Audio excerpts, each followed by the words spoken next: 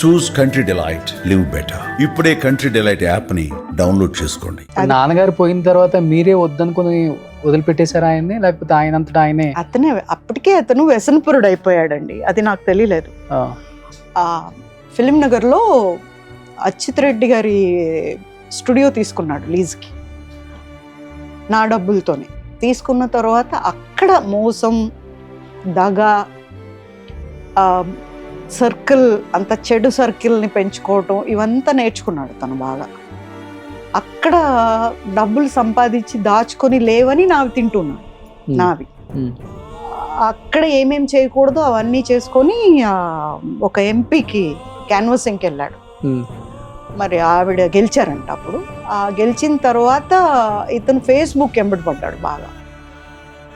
ఫేస్బుక్లో ఒక 9 మంది అమ్మాయిల్ని ట్రాప్ చేశాడు. మీకన్నా ముందా మీ తర్వాత? నా తర్వాత. నేను ఉండగా మమ్మల్ని బెడ్రూమ్లో గొళ్ళెం పెట్టేసి వాళ్ళతో కంటిన్యూ చేసేవాడు అనమాట, చాటింగ్లు ఇవన్నీ. ఓకే. అది కూడా మనకు తెలియదు. ఒకరోజు నేను షూటింగ్కి వెళ్ళి రాత్రి లేట్గా వచ్చేసరికి ఒక ఫోన్ మోగుతా ఉంది. నేను వచ్చానని నిద్రపోయినట్టు యాక్ట్ చేస్తూ బెడ్షీట్ ముసుగేసుకుని పడుకుని ఆ టైప్ తిరిగి పడుకున్నాడు అనమాట. నేను వచ్చి ఎందుకు ఫోన్ తీయట్లేదు, మామూలుగా ఫోన్ లేకుండా బతకలేడు, ఎందుకు ఫోన్ తీయట్లేదని ఇలా చూస్తే పావని అని ఉంది పైన. ఎవరో ఒకరు కంపెనీలోంచి చేస్తూ ఉంటారు కదా, ఆఫీస్ నుంచి. ఎందుకు ఫోన్ తీయట్లేదని నాకెందుకు అని చెప్పి పడుకున్నాను. కాసేపు మెసేజ్ వచ్చింది దాంట్లో, నేను బెడ్రూమ్లో ఉన్నాను, నువ్వు బెడ్రూమ్లో ఉన్నాను అన్నావు కదా, ఎందుకని ఫోన్ లిఫ్ట్ చేయట్లేదు, నాకు ఇప్పుడు మాట్లాడాలని ఉంది నీతో, బాగా మాట్లాడుతున్నావు కదా, సడన్గా ఎందుకు పెట్టేశావు అని వచ్చింది మెసేజ్. ఒక్క నిమిషం నాకు అర్థం కాల, ఏంటిది మెసేజ్ ఈవిడ నుంచే వచ్చింది, ఒక లేడీ నుంచి, బెడ్రూమ్లో ఉండటం ఏంటి, బెడ్రూమ్ గురించి మాటలేంటి, మళ్ళీ ఇమ్మీడియట్ నిద్రపోతున్నావా, అలా ఎలా నిద్ర వచ్చింది ఒక్క నిమిషంలో నీకు అని. నాకు డోర్ తెరిచాడు కదా, ఒక్క నిమిషమే అయింది, కంటిన్యూస్గా మెసేజెస్ వస్తున్నాయి. నేనేం చేశాను, నాకు ఎందుకో డౌట్ వచ్చింది, ఇదేంటన్నా జరుగుతుందా, నేను పట్టించుకోవట్లేదా, వాటిని నాకు పంపించుకున్నా. See his criminal mind. నాకు పంపించుకున్నానా, నేను మేకప్ తీసేసి స్నానం చేసి వచ్చి పడుకున్నాను. నేను నిద్రపోయాక, బాగా నిద్రపోతున్నాక ఆ మెసేజ్లు డిలీట్ చేసేసి పడుకున్నాడు. నెక్స్ట్ డే అతని బర్త్డే, నేను అన్నీ కొనుక్కొచ్చి పెట్టాను తనకు. A to Z కొనేదాన్ని అనమాట. ఒక మనిషి పొద్దున్న లేస్తే వేసుకునేవి ఏమేమి ఉంటాయో అవి వేసి, ఒక గోల్డ్ చైన్ ప్రతి బర్త్డేకి ఏదో ఒకటి ఇస్తాను. అలా ఇద్దరం మాట్లాడుకో. అప్పటికి మాట్లాడుకోరు అయినా? పెళ్ళి అయినా 7-8 నెలల నుంచే మాట్లాడుకో. ఓకే. తనేమన్నా చెప్పాలన్నా కూడా ఇదంట ఇట్లా అంట, ఎవరో గాడిదో గుర్రమో సోఫానో టీవీకో చెప్పినట్లే నేను అస్సలు చెప్పను. ఎవరైనా వస్తే డైరెక్ట్గా మాట్లాడుకో అంటాను అంతే. అట్లా ఇతను అప్పులు చేసినప్పుడు నేను భగవద్గీత చదవటానికి పైకి వెళ్తే ఫస్ట్ ఫ్లోర్లో ఉండేవాడు. 3rd ఫ్లోర్కి వెళ్ళేసరికి గొళ్ళెం పెట్టేసి వెళ్ళా బయట. నేను లేడు, 1 గంట 2 దాకా లేవుడు అనమాట. మార్నింగ్ 3-4కి వస్తాడు. నేను వెళ్ళేసరికి వాడు ఎవడో వచ్చి తలుపు తీసేసి లోపల ఉంటాడని తెలిసేమో, మరి లోపలికి వెళ్ళి ఉతికేసి వెళ్ళాడు అంటాడు, బాగా కొట్టేశాడు. అంతకుముందు ఒక యాక్సిడెంట్ అయింది. యాక్సిడెంట్ అయితే ఇక్కడ తల పగలు కొట్టారు, ఇలా చీలిపోయింది. అతన్ని లాస్ట్లో కొన ఊపిరితో ఉంటే తీసుకొని వెళ్ళిపోయాయి, అపోలోలో అడ్మిట్ చేశారు. అక్కడ డాక్టర్ దగ్గర ఇతను కూడా ఉంటారు కదా, చిల్లర గ్యాంగ్, వాళ్ళు ఏదో డాక్టర్స్ని చెడ్డ మాటలు తిట్టారంట. వాళ్ళు మేము అడ్మిట్ చేసుకొని పోండి అని బయటపడేశారు. బ్లీడ్, ఒక స్ట్రెచర్లో బ్లీడ్లో మునిగిపోయింది ఒక బాడీ. తెల్లవారుజామున నాకు ఫోన్ చేశారు పోలీస్, అమ్మ ఇట్లా యాక్సిడెంట్ అయింది, ఈ నంబర్ ఉంది దాంట్లో, మీరెవరో నాకు తెలియదు, పలానా చోట అపోలోలో ఉంది. నాకు దేనికి భయపడను, నేను బ్లడ్ అంటే భయం, చాలా భయం, బ్లడ్ అంటే ఫోబిక్. వెళ్తే నాకు ఫోన్ చేసిన అబ్బాయి, ఒక అబ్బాయి ఉన్నాడు, రామోజీరావు గారు మనోడో ఏదో అబ్బాయి, వదిన ఇక్కడ ఉన్నాడు రండి అని చెప్పి తీసుకెళ్ళాడు. ఏమైంది చెప్పు అంటే, ఏం లేదు, చిన్న ప్లాస్టర్ వేశారు. లోపలికి వెళ్తే ఒక రక్త మడుగులో ఒక బాడీ ఉంది, ఇంకా ఏం చేయలేదు, అక్కడ ఉంది, పడుంది. ఇలా చూస్తూ ఉన్నా నేను, అంత లోపలికి ఎంటర్ అవుతూ. అక్కడ ఫస్ట్ పేషెంట్ అని ట్యాగ్స్ వేలాడేస్తున్నారు. లోపలికి వెళ్ళి ఎందుకు ట్రీట్మెంట్ చేయలేదంటే, మనుషుల మేడం, అతని చుట్టూ ఉన్నోళ్ళు మమ్మల్ని ఎన్ని బూతు మాటలంతా తిట్టారు, మాకు అక్కర్లేదు ఇలాంటి పేషెంట్స్ అని చెప్పి. యాక్చువల్గా నాకు సిజేరియన్ అయింది అపోలోలో. నా డాక్టర్ ఉంది అక్కడ. పరిగెట్టుకొని వెళ్ళి అమ్మ ఇట్లా అయింది, యాక్సిడెంట్ అయిందంట, చూసుకోకుండా అలా పెట్టాను, నువ్వు పదా నేను వస్తాను అన్న. వచ్చేసరికి అక్కడ ఉన్నాడు డ్యూటీ డాక్టర్. మీరు డాక్టరా, కనిపించలేదా అన్న. కనిపిస్తుంది, అక్కడ రాసింది కూడా కనిపిస్తుంది, ఫస్ట్ పేషెంట్ అని. దాని అర్థం తెలుసా మీకు? ఎటువంటి పరిస్థితుల్లో ఉన్నా, ఏమైనా డబ్బు ఉన్నా లేకపోయినా ఫస్ట్ పేషెంట్ని చూడాలి. ఇప్పుడు అతనికి ఏమన్నా చచ్చిపోయాడు, నువ్వు ఇస్తావా నాకు? నేను నీకు బ్లాంక్ చెక్ ఇస్తా, నువ్వు నాకు ఇస్తావా?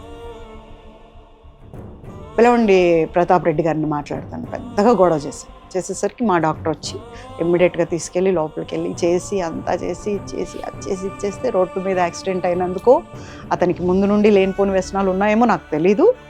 అక్కడ అతనికి ఏదో డిసీజ్ ఉంది అని బయటపడింది. ఏం డిసీజ్ ఉంది?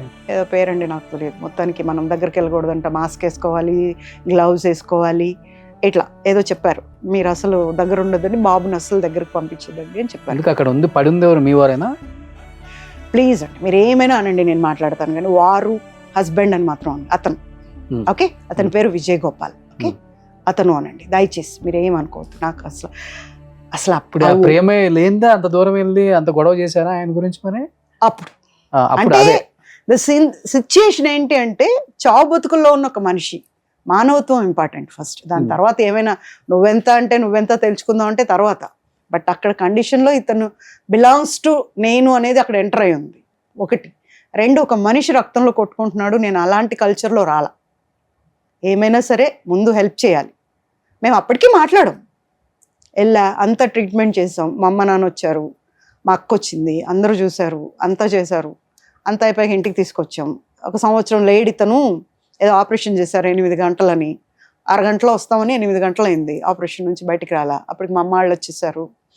ఎలా ఉన్నావమ్మా అన్నారు. అంతే, అలా కూలిపోయా. భయం, బ్లడ్ అంటే భయం, హాస్పిటల్ అంటే భయం నాకు. అప్పుడు ఇంటికి తీసుకొస్తే సంవత్సరం అన్నోని 3 నెలల్లో నుంచోబెట్టా.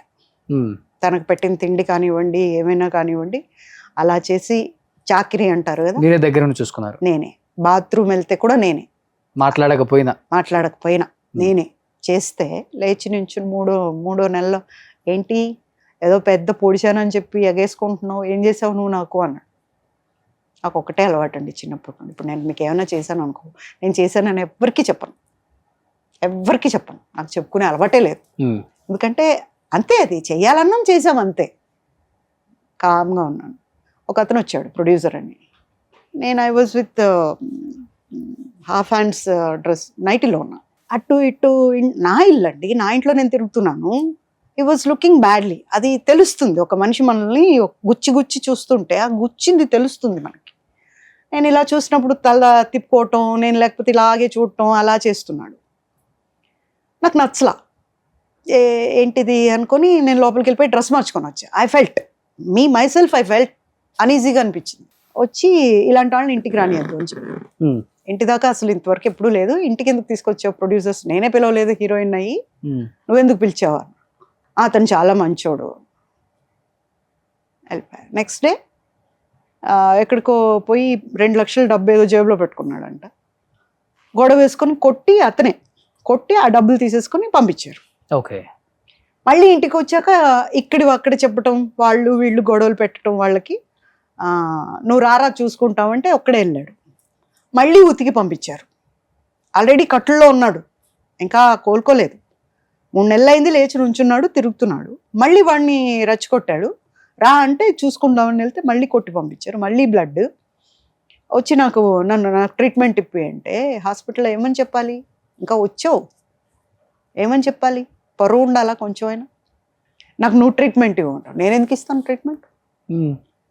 ఏ మందు పడుతుందో ఏ మందు పట్టదో అంటే, నేను చదువుకోను డాక్టర్ని, ఇంట్లో అందరూ వాళ్లే కాబట్టి దేనికి ఏం వాడతాం అనేది బాగా తెలుసు, ఏం చేస్తాం. కానీ అలా అని ధైర్యం మాత్రం ఎప్పుడు చేయం, సొంత వైద్యం చేయకూడదు. మెడికల్ స్టోర్కి వెళ్ళి మెడికల్ స్టోర్ వాడిని అడిగి నాకు నొప్పులు ఉన్నాయి, ఇక్కడ ఉంది అని చెప్పి వాటికి ఏమేమి వేసుకుంటారో అలాంటి మందులు తెచ్చుకొని తిన్నాడు, హాస్పిటల్కి వెళ్ళకుండా. Okay. These kind of person. And there is no humanity at all. Humanity అనేది నేను కాదు, పసిపిల్లాడండి. మా బాబు బాగుంటాడు, ముద్దుగా ఉంటాడు, బొద్దుగా ఉంటాడు, బాగుంటాడు. ఎవరైనా ఒక్కసారి చూస్తే కళ్ళు తిప్పుకోరు, బాబుని ముట్టుకోకుండా అవుతారు. అలాంటిది బాబు కోసం కూడా స్పందించలేదు అంటే ఎందుకండి జన్మ? ఒక్కరోజు కూడా ఒక్కరోజు కూడా. వెనక్కి తిరిగి చూడలా. ఎవరో ఒక ఆడది నన్ను మీరు పెంచగలరో లేరో, నేను మీ బాబుకు అమ్మ అవుతాను అంటే పక్కన కూర్చొని ఉంటున్నాడు. వాడి తండ్రి ఎట్లా అవుతాడండి? ఎవరితో? సుమన్ టీవీలో మీ పర్సనల్ అండ్ బిజినెస్ ప్రమోషన్స్ కోసం కింది నెంబర్కి కాంటాక్ట్ చేయండి.